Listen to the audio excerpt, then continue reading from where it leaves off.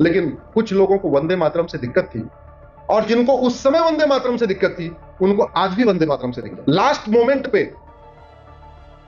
हमारे चाचा को वंदे मातरम से नफरत हो गई। संविधान बन रहा था, यह संविधान 3 साल में बना, 3 साल लगे इसको बनने में।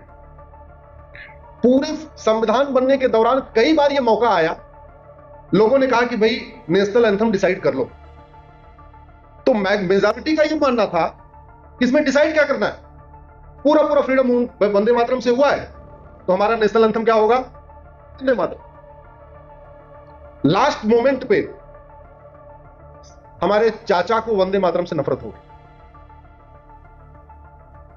और जो कांग्रेस का राष्ट्रीय अधिवेशन होता था उसकी शुरुआत भी वंदे मातरम से ही होती थी।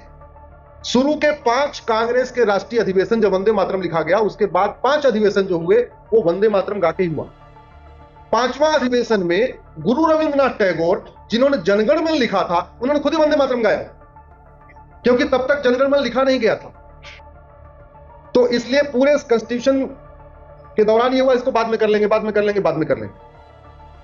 24 जनवरी 1950, याद रखिए 26 जनवरी को हम गणतंत्र दिवस मनाते हैं, रिपब्लिक डे मनाते हैं।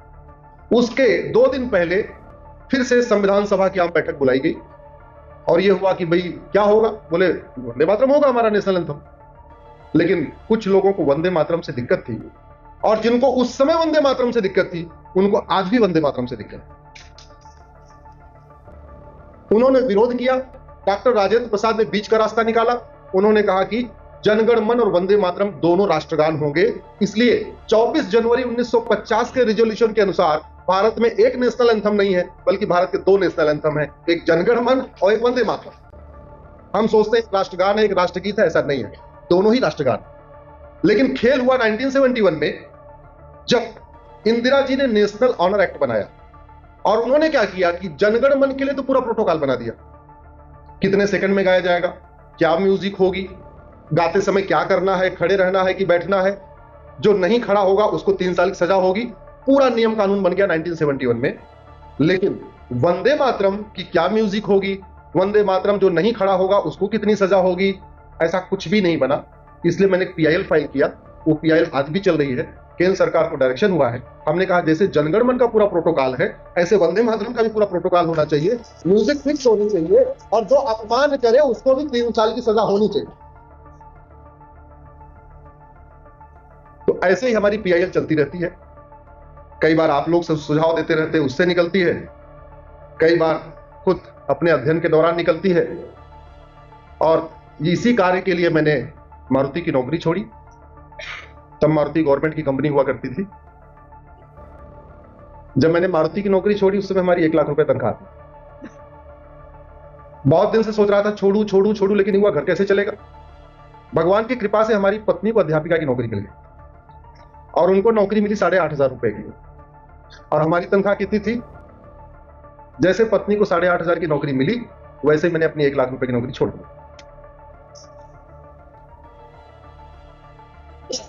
और छोड़ा इसलिए 3-4 साल मैंने इंतजार किया।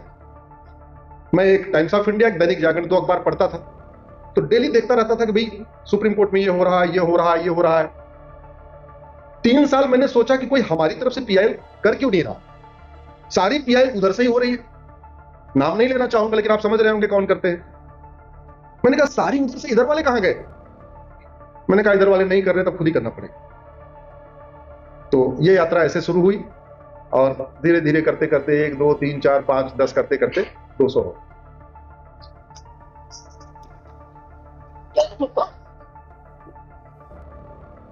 भारत में 10 बड़े झूठ बोले जाते हैं।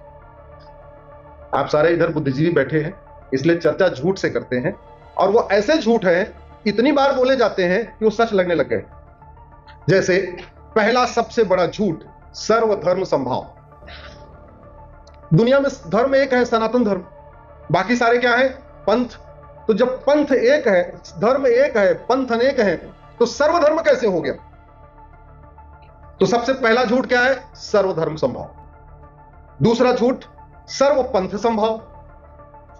अरे सारी नदियां एक समान नहीं होती, सारे पहाड़ एक समान नहीं होते, सारी पुलियां एक समान नहीं होती। मां के पेट से जुड़वा बच्चे पैदा होते, वो दोनों एक समान नहीं होते। हमारी दोनों आंख एक समान नहीं होती, हमारे दोनों हाथ एक समान नहीं होते, फिर सारे पंथ एक समान कैसे हो गए? ये दूसरा सबसे बड़ा झूठ है। तीसरा कि भारत स्वतंत्र है, और हम मनाते भी हैं। 15 अगस्त को 1947 को इंडिपेंडेंस डे मनाते हैं, और हर साल 15 अगस्त को झंडा फहराते भी हैं। स्वतंत्र का मतलब क्या होता है? स्वतंत्र, स्व मतलब स्वयं, सारा तंत्र किसका होना चाहिए? स्वयं का, अपना। तो स्वतंत्रता संग्राम सेनानी, चाहे वो वीर सावरकर जी थे या लाल बाल पाल थे या भगत सिंह सुखदेव राजगुरु थे, वो कौन सा आंदोलन कर रहे थे? स्वतंत्रता संग्राम। क्या करने के लिए? अंग्रेजों को फिजिकली नहीं भगाना, पूरे अंग्रेजी सोच को भगाना, मतलब मानसिक गुलामी भी खत्म करना। कौन सा तंत्र हमारा है? एजुकेशन सिस्टम हमारा है क्या? जोर से बोलिए जरा। पुलिस सिस्टम हमारा है क्या? जुडिशियल सिस्टम हमारा है क्या? टैक्स सिस्टम हमारा है क्या? एडमिनिस्ट्रेटिव सिस्टम हमारा है क्या? कौन सा सिस्टम हमारा, बताइए जरा। ये तीसरा सबसे बड़ा झूठ कि भारत स्वतंत्र है। आंशिक रूप से ठीक भी है, स्वतंत्र है, बैठे अंग्रेज चले गए, लेकिन एक अंग्रेज गए, दूसरे अंग्रेज चल रहे, व्यवस्था तो अंग्रेजी चल रही है ना। चौथा सबसे बड़ा झूठ, भारत संप्रभु है। संविधान निर्माताओं ने यह कहा कि 1947 में भारत स्वतंत्र हो गया, तो अब क्या करना है? संविधान का लक्ष्य क्या है? संविधान का लक्ष्य स्वतंत्रता प्राप्त करना तो है नहीं, वो तो 47 में हो चुका था। तो संविधान का लक्ष्य था भारत को संप्रभु बनाना। इसलिए संविधान के प्रियम्बल का पहला शब्द है सोवरिन। सोवरिन, संप्रभु। संप्रभु का मतलब न गुलामी का नाम हो, न गुलामी का निशान हो, न गुलामी की कुरीतियां हो, न गुलामी की कुप्रथाएं हो, न गुलामी की पुलिस व्यवस्था हो, न गुलामी की न्यायिक व्यवस्था हो। सब कुछ, गुलामी का कुछ भी नहीं होना चाहिए। सब कुछ किसका होना चाहिए? भारत का। तो जो 26 जनवरी को हम रिपब्लिक डे मनाते हैं, उसको हम संप्रभुता दिवस भी कहते हैं। संप्रभु हुए क्या? जोर से बोलिए जरा।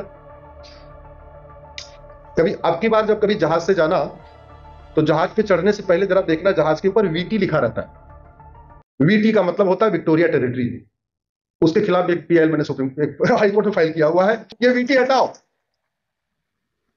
लेकिन अब वीटी हटाना मुश्किल इसलिए हो गया है क्योंकि बीटी भी नहीं मिल रहा है, बीएच भी नहीं मिल रहा है। एक्चुअली 2 कैरेक्टर का लेना होता है, एक को बांग्लादेश ने ले लिया, एक को भूटान ने ले लिया।